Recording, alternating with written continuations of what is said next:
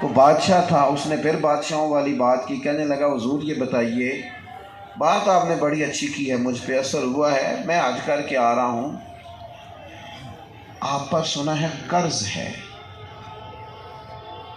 کو میرے لائق حکم ہوا تو بتائیے گا۔ یہ عقیدہ ہے، یہ اصل تصوف اور طریقت ہے، یہ اللہ والے سبق دیتے ہیں۔ حضرت بہلول دانا پھر مسکرائے اور مسکرا کے فرمانے لگے ہارون رشید یہ بتا تیرا رب کون ہے؟ کہنے لگا اللہ۔ تو فرمایا میرا کون ہے؟ اللہ۔ تو آپ اٹھ کے کھڑے ہو گئے اور چلنے لگے، فرمانے لگے ہارون رشید یہ تو نہیں نہ ہو سکتا کہ اللہ ہارون رشید کو دیتا جائے اور بہلول دانا کو بھول ہی جائے، اس لیے میں تیری محتاجی، مجھے میرا عقیدہ پکا ہے کہ رزق دینے والا اللہ ہے، زندگی اور موت اللہ کے دستے قدرت میں۔ کمزوری چھوڑ دیں، مزاج کا ذوق چھوڑ دیں، بیماری آئی جاتی ہے، غربت آئی جاتی ہے، نقصان ہو ہی جاتے ہیں، دکھ سکھ انسان کے ساتھ رہتے ہیں۔ آپ کو جو آدمی بہت بڑا نظر آئے نا، کبھی بڑا معروف نظر آئے اور آپ سمجھے کیا بات ہے، بڑی بات ہے، تو میں آپ کو بڑے تجربے کے بعد کہتا ہوں بڑے لوگوں کے دکھ بھی بڑے ہوتے ہیں، اللہ اکبر، بڑے لوگوں کی آزمائشیں بھی بڑی ہوتی ہیں۔ دلیل کیا ہے؟ نبی پاک علیہ السلام نے فرمایا سب سے زیادہ تکالیف انبیاء پہ آتی ہیں، نبیوں رسولوں پہ آتی ہیں سب سے زیادہ، اور فرمایا میں اللہ کا لاڈلا معبود، سب سے زیادہ میں ستایا گیا ہوں۔ کمزور پڑ جانا، پریشان ہو جانا، الجھی ٹوٹی باتیں کرنا، یہ مسلمان کا مزاج ہے۔ طاقتور رہے، حضور داعیہ اللہ۔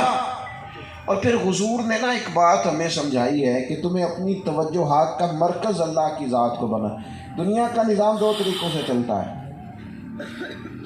ایک نظام اسباب ہے، عالم اسباب، اور ایک عالم الغیب ہے، نظام غیب۔ یہ مسلمان تلوار لے کر، تیر لے کر میدان میں نکلیں گے اور صحیح صف بندی کریں گے اور طریقے سے لڑائی کریں گے تو یہ سارے اسباب کا نظام قائم کریں گے۔ لیکن صحابہ فرماتے ہیں کہ بدر میں نا ہمارے ساتھ نظام الغیب کا جو سلسلہ تھا نا، کہ ہم کسی کو مارنے لگتے تھے تو اس کی گردن ٹوٹ کے گر جاتی تھی، فرشتوں کو آتے دیکھتے تھے۔ یہ ایک تو یہ ہے نا کہ آگ جلاتی ہے، یہ نظام اسباب ہے، اور رب چاہے تو جناب ابراہیم کو جلاتی۔ نظام اسباب یہی ہے کہ ماں اور باپ کے ملاپ سے اولاد پیدا ہوتی ہے، لیکن رب چاہے تو حضرت عیسیٰ کو بغیر باپ کے پیدا، یہ اللہ تعالیٰ کا نظام ہے۔ ہمیں ساری محنت کرنی ہے، لیکن سارا کچھ کر کے نتیجہ ہمیں اللہ پہ چھوڑنا ہے، اور رب سے مدد چاہنی ہے کہ اللہ تعالیٰ کچھ ایسے اسباب پیدا کرے کہ جس کے یہ آج اسلامی حکمران کیوں گھبراتے ہیں فلسطین کی حمایت پر اور باقی اسلامی ممالک کی حمایت پر، اس کی وجہ یہ ہے کہ ساری نظریں اسباب پہ ہیں۔ اسباب اختیار کرنے چاہیے لیکن بھروسہ اللہ کی ذات پہ کرنا۔ بے شک گھبراتے ہیں، کمزور باتیں کرتے ہیں۔ آپ نے ناراض نہیں ہونا، میں بڑی ذمہ داری سے بات کر رہا ہوں، جو بندہ بھی کسی عہدے پہ فائز ہو جاتا ہے وہ کمزور باتیں کرنے لگ جاتا ہے، اس کے دائرہ اختیار میں ہوتا ہے کہ یہ کچھ وہ کر سکتا ہے، لیکن وہ پھر وہ کہانیاں سناتا ہے، پھر وہ حکمتیں بیان کرتا ہے، مصلحت کا شکار ہو جاتا ہے۔ یہ بہت سارے ہم لوگ ہیں جو یہ کام کرتے ہیں، پہلے دعوے کرتے ہیں، اس کے بعد جب موقع ملتا ہے تو پھر ہم مصلحتیں بتاتے ہیں، یہ ہو جائے گا، وہ بھائی آپ دعویٰ ہی نہ کرتے، آپ پہلے ان چیزوں کا اعلان ہی نہ کرتے، کیوں کیا آپ نے؟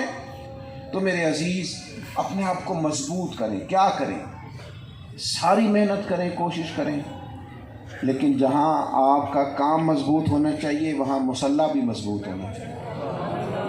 نبی پاک علیہ السلام نے بہترین صف بندی کی تھی بدر میں، زبردست طریقے سے صحابہ کو بتایا تھا خیمے کیسے لگانے ہیں، کھڑے کیسے ہونا ہے، جنگ کی ترتیب بہترین، سارے انتظامات مکمل کر کے پھر اللہ کے رسول مصلی پہ بیٹھ گئے۔ سبحان اللہ۔ ساری رات حضور نے مصلی پہ گزاری۔ آج بہت بڑا مسئلہ ہے، مصلی پہ بیٹھنے والوں کی بڑی کمی ہے۔ اللہ اکبر۔ جنگ شہاب الدین غوری ہی کریں گے، لیکن دعا کرنے کے لیے کسی معین الدین اجمیری کی بھی ضرورت ہے. اللہ اکبر. خواجہ